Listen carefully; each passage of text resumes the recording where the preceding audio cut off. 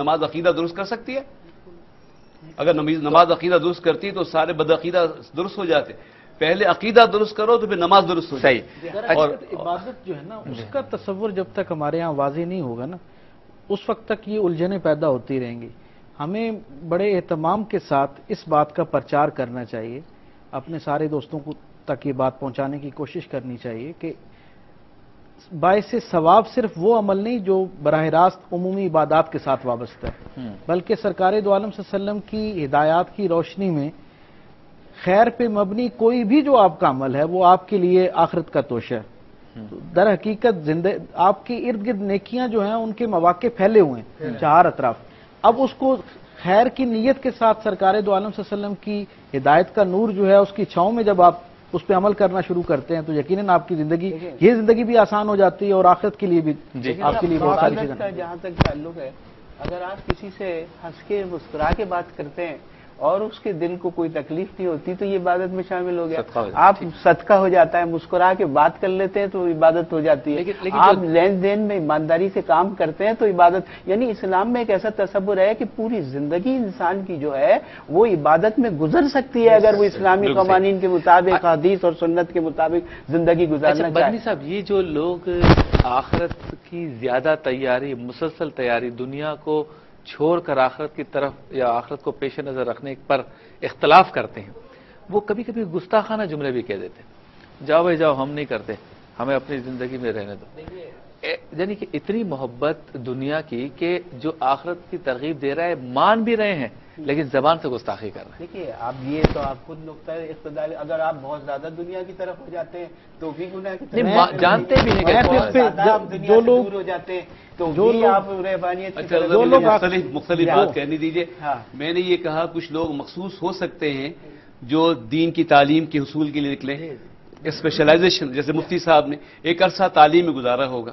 اچھا, اس کے بعد میں نے دیکھا بلکہ صوفیاء کرام اولیاء اللہ جو کچھ عرصے تارک دنیا بظاہر ہوتے ہیں لیکن جب وہ مقام پا لیتے نا, وہ مقرب جب ہو جاتے پھر بستی کی طرف لوٹ آتے, زیادہ بھرپور تیاری کے ساتھ ان کی ڈیوٹی لگتی ہے. تو اور میں ایک آخری بات مجھے کہنے دیجیے, میرے آقا و مولا آپ کو حضرت کسی نے روکا نہیں, آپ کہتے رہے اسوہ حسنہ, اللہ اکبر, اتباع جو ہے, جو فالو جو ہے فوڈ اسٹیپس کو, اس کے خیر و شر کا بھی معیار جو ہے نا وہ اتباع میں ہوگا, نیت پہ نہیں ہوگا. یعنی کیونکہ پھر نیتیں بھی بدل جاتی ہیں نا کہ میری نیت اتباع رسول سب. ایک بات عرض کرتا ہوں, پورے قرآن اللہ تعالیٰ نے یہ نہیں فرمایا پیارے حبیب تم بہت زیادہ نمازیں پڑھنے والے ہو, تم بہت زیادہ یہ کرنے والے ہو, بلکہ یہ فرمایا انکا لعلی خلق عظیم, خلق عظیم, اے پیارے حبیب تمہارا خلق بہت عظیم. اچھا مفتی صاحب یہ بتائیں, کیا کسی کے ظاہر کو دیکھ کر یہ کہا جا سکتا ہے کہ یہ تو ہے ہی جہنمی؟ دیکھیں یہ تو یعنی دنیا سے بظاہر وہ محبت کر رہا ہے تو ہم کہتے ہیں بھائی یہ تو ہے ہی جہنمی. یہ جو اسٹریٹ اوے ہم بڑی عقیدے کی بات ہے, یہ سمجھنا چاہیے اور اکثر لوگ اس سے غافل ہیں. کسی کے جنتی یا جہنمی ہونے کا حکم وحی کے سوا نہیں ہو سکتا. یعنی ہم نہیں کہہ سکتے. اللہ کے نبی علیہ الصلوۃ والسلام بیان کر سکتے ہیں کہ ان کے پاس وحی آتی تھی. عام شخص کبھی بھی یا کوئی بھی شخص کسی کے جنتی یا جہنمی ہونے کا فیصلہ نہیں کر سکتا. یہاں تک عقائد کی کتابوں میں لکھا ہوا ہے کہ کوئی کفر پہ, میرا ساری زندگی کفر پہ اس نے گزاری, مر گیا وہ, تو اب یہ کہنا کہ وہ جہنم میں ہوگا یہ غلط بات ہے. لیکن پھر تو دنیا دار لوگ جو کہتے ہیں کہ بھئی ہمارا اللہ تعالیٰ کے ساتھ کیا رشتہ ہے وہ ہم جانے, تم کون ہوتے ہیں ہمیں تبلیغ کرنے والے, ترغیب دینے والے, تو ان کی بات تو کچھ قریب نہیں, ان کی بات صحیح نہیں ہے. ہم تو ایک انجام کے اعتبار سے بات کر رہے ہیں, ان کی بات اس لیے درست نہیں ہے کہ ان کو بھی رشتہ کون بتائے گا, بندہ خود جانتا ہے. تو ابھی دہریے کہاں ہوتے جو خدا کو مانتے نہیں, اب کیوں نہیں مانتے؟ مجھ سے ایک صاحب نے سنگاپور کے دورے میں بڑا مجھ سے گفتگو متاثر ہوا, کہا مولانا میں آپ سے بڑا متاثر ہوں, میں آپ کو بہت مانتا ہوں. میں نے کہا مجھے مت مانو, اللہ کو مانو. کہنے میں سب کچھ مان سکتا ہوں لیکن آپ کے خدا کو نہیں مان سکتا, اللہ کو نہیں. میں نے کہا کیوں؟ کہا مجھے نظر نہیں آتا ہے. تو میں نے کہا تم نے یہ جو فارمولا بنا دیا ہے کہ اس کو مانو گے جو نظر آئے گا. مفتی صاحب کی بات کر رہا تھا کہ یہ کہنا کہ ظاہر جو ہے بالکل خدا اور اس کے رسول کی طرح. ایک شخص نے یہ کہا یا بلکہ بولا یا گایا یا ترنم میں کہ 4 دناتی دنیا ہے, کچھ کھا لے پی لے موج اڑا. ایسے لوگوں کو کیسے قائل کرے؟ وہ تو بات ہی سننے کے لیے, وہ تو موج اڑانے کی بات ہے. جی ہاں, جو آپ نے بات کی اسی کو کچھ وقت پہلے ذرا زیادہ معروف انداز میں کسی نے یہ کہا, بابر بعیش کوش کہ عالم دوبارہ نیست. آپ یہ دیکھیے جن لوگوں نے تاریخ میں اس طرح کی اس فلسفے پہ زندگی کا آغاز کیا ان کی اولادوں میں پھر لوگوں نے، تاریخ سے جو شغف رکھتے ہیں وہ میری بات کی تائید کریں گے کہ ان لوگوں کی اولادوں کے اندر پھر دین الہی پیدا کرنے والے لوگ پیدا ہوئے. تو در حقیقت یہ رویہ جو ہے یہ بھی سراسر گمراہی کی طرف جانے والا ایک راستہ ہے. یعنی دنیا کو دنیا کے بارے میں جی وہ ایک اس اعتبار سے یعنی اس کے بارے میں سند تو نہیں جاری کی جا سکتی، لیکن جیسے آپ مفتی صاحب نے خود فرمایا کہ آپ جس سے محبت کرتے ہیں یا جس سے تعلق کا دعویٰ کرتے ہیں اس کی زندگی کا کوئی پرتاؤ تو آپ کی زندگی میں بھی نظر آنا چاہیے نا. یعنی صرف کیا الفاظ اور عقیدت کے اظہار تک ہی کا نام محبت ہے؟ جب تک وہ آپ کے عمل میں نہیں ڈھل کے نظر آتی، یعنی یہ دعویٰ کسی بھی خلوص کے ساتھ کیا جا رہا ہو بارت اور خام رہے گا، یعنی اسے آپ کامل نہیں کہہ سکتے. یہ بتائیں کہ یہ جو پلاننگز ہوتی ہیں ہماری، جیسے میں نے اپنی گفتگو کے شروع میں اس طرح پوچھا تھا نا، اب آپ سے ہم جو دنیا کی پلاننگز کرتے ہیں، کیا آخرت کی جو پلاننگ کرنے والے ہیں ان کے سامنے ہماری اس پلاننگ کی اب کوئی حیثیت نہیں؟ میں کہتا ہوں آپ آخرت کی پلاننگ چھوڑ دیجئے، آپ صرف دنیا کی پلاننگ کیجئے، لیکن ایسی دنیا پلان کیجئے جس کے نتیجے میں آپ کو اچھی آخرت. آپ تو دعائیں کرواتے ہیں، یا اللہ ہمارے دل سے دنیا کی محبت نکال دے، مجھے قبر ہی یاد رہے، میرے پیش نظر قبر ہو. اچھا وہی بتاتے ہیں کہ دنیا کی محبت جو ہے وہ دنیا کی محبت نہیں ہے، جو دنیا آپ کو اللہ کی یاد دلائے وہ دنیا نہیں ہے. اچھا مفتی صاحب فارمولہ کیا ہے؟ اللہ تعالیٰ کی رحمت اور شفقت کی طلب پیدا کی جائے میرے دل میں، جب آپ مجھے تبلیغ کریں گے، ترغیب دیں گے تو یہ کریں گے، یا مجھے آپ ڈرائیں گے کہ یہ نہیں کرو گے تو یہ ہوگا، یا یہ بتائیں گے کہ یہ کرو گے تو یہ ملے گی؟ دیکھیں لوگوں کی نیچر الگ الگ ہے، اور جس کی ہر ایک کی نیچر کے اعتبار سے اس کو پیغام دیا جائے گا. اللہ تبارک و تعالیٰ نے دونوں ہی چیزیں بیان کی ہے. تو جن کو آج کل تو آپ ڈراتے اصل میں آپ بغاوت کرتے ہوں گے تو آپ کو ڈرایا جاتا ہوگا. اس کا فارمولہ یہ ہے جو ڈرتا ہوا آپ کے پاس آئے، روتا ہوا آئے حضرت میں کیا ہوگا، آپ اسے رحمت کی ملے. لیکن نماز کے فضائل آئے نا اس کو سزا کیا. حضرت یہ تو مانے نماز کے فضائل کم بتائے جاتے ہیں آج کل، نماز نہ پڑھنے والے کو کون کون سا جانور ڈسے گا وہ زیادہ بتایا جاتا ہے. آپ جہاں پہ نماز پڑھتے ہیں وہاں پہ اکثر یہ ٹھیک ہے، میں قمر صاحب سے بات فیصلہ نہیں کیا جا سکتا اس کا. السلام علیکم. السلام علیکم. وعلیکم السلام. جی آپ کی آواز بہت کم آ رہی ہے، تھوڑا سا. جی وعلیکم السلام، میں قمر بات کر رہا ہوں. قمر صاحب بات کریں جی، بات کیجیے. میرا مفتی ابوبکر صاحب سے سوال ہے. جی جی مفتی صاحب مجھے جانتے ہیں، میرے ساتھ تھوڑا سا اونچا بولیے. شاید پہچان گیا ہوں گا میری آواز سے. قمر عباس. جی جی جی قمر عباس. کیسے ہیں آپ؟ ٹھیک ٹھاک ہیں؟ ہاں الحمدللہ رب العالمین. اچھا ویسے میں ابھی پروگرام دیکھ رہا تھا آپ کا. جی جی سوال کیجیے. سوال یہ ہے کہ آپ مجھے یہ بتائیں کہ اگر اوور لیپ کرتا ہے حقوق اللہ اور حقوق العباد جو ہیں، تو زیادہ کس کو امپورٹنس دینی چاہیے؟ کبھی اگر دونوں میں امپورٹنس دینی چاہیے ہمیں، حقوق اللہ پہ حقوق العباد پہ، کس کو زیادہ ثواب کی کانٹیکس میں بات کر رہا ہوں؟ دیکھیں اس حوالے سے قمر صاحب مختصر بات میں عرض کروں گا کہ اللہ تعالیٰ بے نیاز ہے، اس کے حقوق میں کچھ کمی ہو جائے تو معاف کر دے گا. بندوں کے حقوق کے بارے میں اس نے خود نے سختی فرمائی ہے کہ بندے محتاج ہوتے ہیں تو ان کے حقوق ضرور پورے کیے جائیں، اور بروز قیامت جب تک بندہ معاف نہیں کر دے گا اس کا حق معاف نہیں ہوگا. اور اللہ تو بہرحال غفور الرحیم ہے. لمٹس کیا ہیں ڈاکٹر طارق شریف صاحب؟ لمٹس کیا ہیں؟ کہاں تک آپ کہیں گے آج کے نوجوان کو کہ بھائی دنیا سے رغبت بس یہیں تک رکھو، اس سے زیادہ؟ وہ جو ایک سوال جو پہلے سوال کیا گیا تھا میرے حوالے سے وہ آلموسٹ اس کے اور اس کے جواب میں عرض کرنا چاہوں گا. در حقیقت لمیٹیشن سے مراد یہ ہے کہ آپ کے معمولات، مشغولات اور فکر کا زاویہ جو ہے وہ بھی اس سمت میں ہو جو اپنے انتہا پہ پہنچنے پہ بھی کہیں آپ کو اپنے رب کا جو آپ کے اور آپ کے رب کے درمیان تعلق کو کمزور کرنے کا باعث نہ بن رہا ہو. یعنی آپ کے عمل، آپ کے علم، آپ کی فکر، آپ کے رویوں سے ہر لمحہ آپ کا سفر اپنے رب کی طرف 2 قدم زیادہ بڑھ رہا ہو.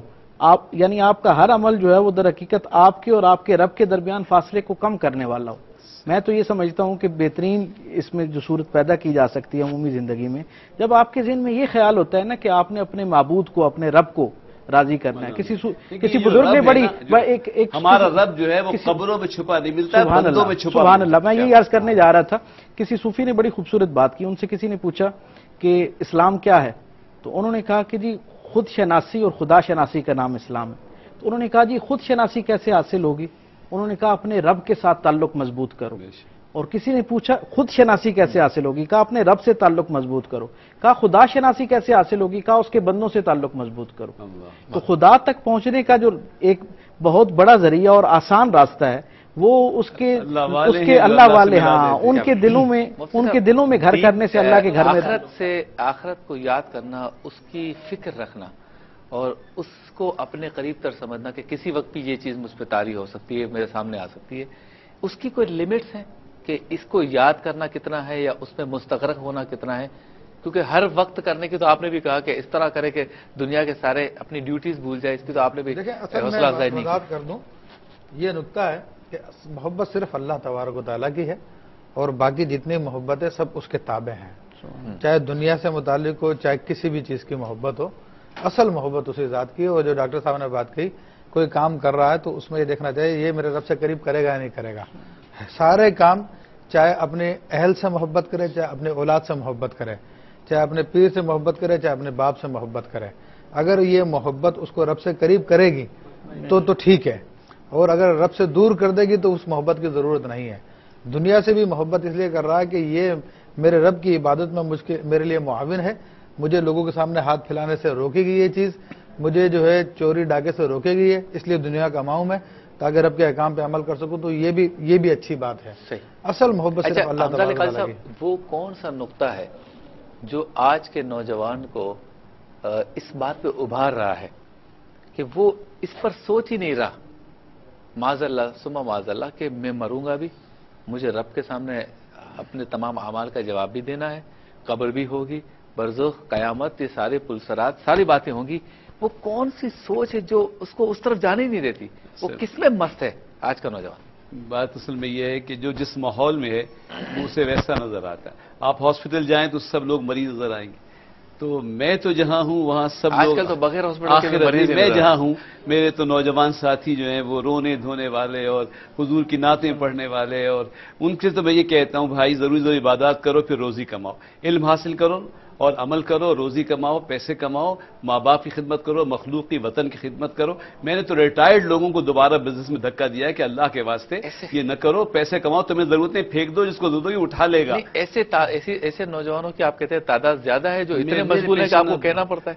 مفتی صاحب کیا کہتے ہیں؟ یہ سب کو تو مجھے ڈانٹ کے دنیا کی طرف بھیجنا پڑتا ہے. میں تو یہ سمجھتا ہوں جو مفتی صاحب قادری صاحب نے یہ بات کہی وہ در حقیقت اس عہد میں میں یہ سمجھتا ہوں کہ جتنی تشنگی ہے نا اپنے رب سے، دین کے حوالے سے اپنے رب کے ساتھ تعلق قائم کرنے میں. دیکھیں مغرب نے کیا کیا، مغرب نے دنیاوی اسباب کے اکٹھا کر لینے کا نام خوشحالی تصور کر لی، اور انہوں نے اس پہ اتنی محنت کی کہ جو ممکنہ اسباب ہو سکتے تھے اپنی زندگی کو آسان بنانے کے، خوبصورت بنانے کے، انہوں نے سارے اکٹھے کر لی. اور انہوں نے دیکھا کہ باہر کی دنیا جتنی آباد ہوتی جا رہی ہے اندر اتنی ویرانی بڑھتی جا ری.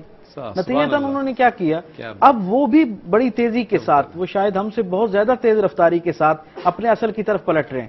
اگر یہ ٹی وی جو ہے اور زبانوں میں بھی نشر ہو تو کافی فائدہ. کیا کہہ رہے ہیں آپ کے سوال کا جواب کہ نوجوان اصل میں وہ سارے نوجوان کیا پوری امت تمام انسانیت کے لیے جو رسول اللہ صلی اللہ علیہ وسلم نے سبب بتایا آخرت سے دوری کا، وہ فرمایا کہ حب الدنیا راسو کل خطیہ، کہ دنیا کی محبت ہر گناہ کی جڑ ہے.